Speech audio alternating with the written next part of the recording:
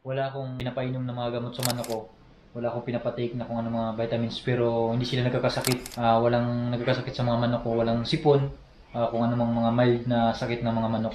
Ito yung ibabahagi ko sa inyo, 100% organic ito. What? Alternative lang, hindi na natin kailangan pang gumastos dito. Pagkahapon na, ito, pa alas 5 na to, pa alas 6. Dito sila natutulog. Kasi yung kulungan nila, wala na sinasanay doon kasi nasira na din. Kaya dito talaga yung naging kulungan nila, dito yan sila.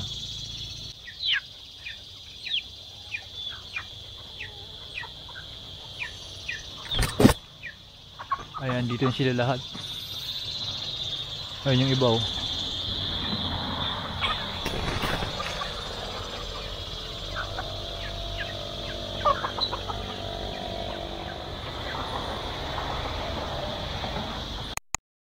Nasa puno lang sila natutulog.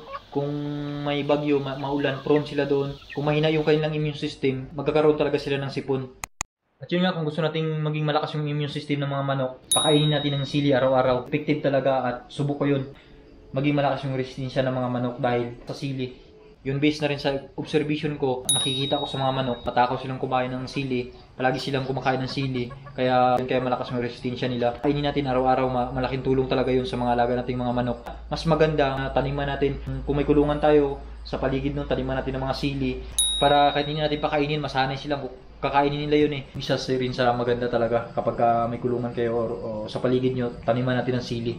Ayun, kung may mga alaga kayong manok, sanayin natin pakainin ng sili. Magtanim tayo ng mga sili sa paligid niyan kasi masasanay silang kumain nun. Araw-araw pakainin natin ng sili para maging malakas yung kanilang immune system. At hindi naman nila talaga ubusin yan eh, yung sili. Makakain na sila. Balikan na naman nila sa sunod. Basta araw-araw nakakakain sila ng sili. Kaya yun, 100% yun na na-observe ko sa mga manok. Simula nung naging matakaw silang kumain ng sili, araw-araw silang kumain ng sili, hindi na nagkakaroon ng mga sipon yung aking mga alagang manok. Malakas yung resistensya nila kahit na wala akong mga vitamins pinapatake sa kanila, ay naging malakas yung kanilang immune system dahil yun palagi silang kumakain ng sili. May nabibili naman sa Shopee na buto ng sili. Ilalagay ko yung link niya sa may description. Bisitahin nyo, madadirect kayo sa Shopee niyan para makabili kayo ng binhi or yung buto. Hindi ako ganun ka-expert sa pagmamanukan. Sa akin naman, binabahagi ko kung ano yung natutunan ko, na-experience ko. Kasi kung nakatulong sa akin, baka makatulong din sa inyo. Kaya yun, hindi man ako ganun ka-expert sa pagmamanukan, pero yun nga gusto ko lang ibahagi kung ano yung mga nalalaman ko. Baka gusto niyo bumili ng flashlight case na pang malakasan. Ito yung ginamit ko sa unang video ko. Malakas nga siya ito. Yan, kahit na malit lang siya. Yung nagustuhan ko dito, malit lang siya, pero matagal siyang malubat. And then, yun isa rin sa nagustuhan ko dito kasi pwede siyang gawing pang sisid. Waterproof siya kahit maulan, may bagyo, flexible siya doon.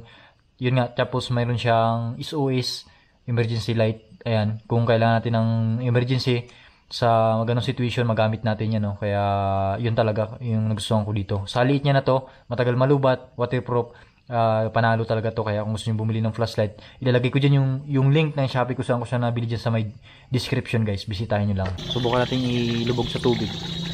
Yan siya. Ayan.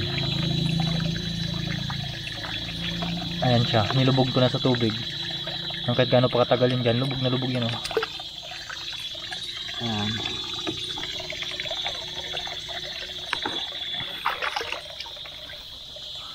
Yan yung nagustuhan ko dito sa flashlight na to.